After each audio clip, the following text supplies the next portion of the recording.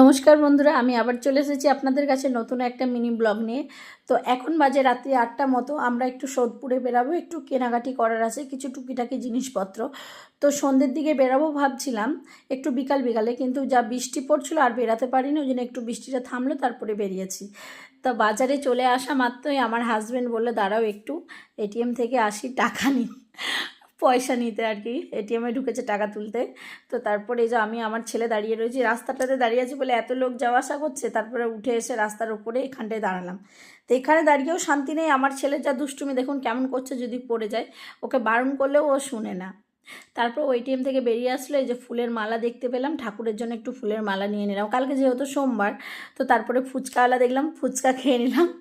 তারপরে এই যে ছেলের জুতো নিতে এসেছি, এটার জন্যই মেন আশা, বৃষ্টি ভিজে ভিজে, কারণ কাল থেকে স্কুল সোমবার, আর ওর স্কুলের বুটটা ছোট হয়ে গেছে। তারপরে এই যে আমার হাজব্যান্ড বলছে কি গো কাচের চুড়ি নেবে না, শ্রাবণ মাসের সোমবার তো পড়েই গেল। তারপরে ওই যে হাজব্যান্ড কাচের চুড়ি কিনে দিল। টাটা।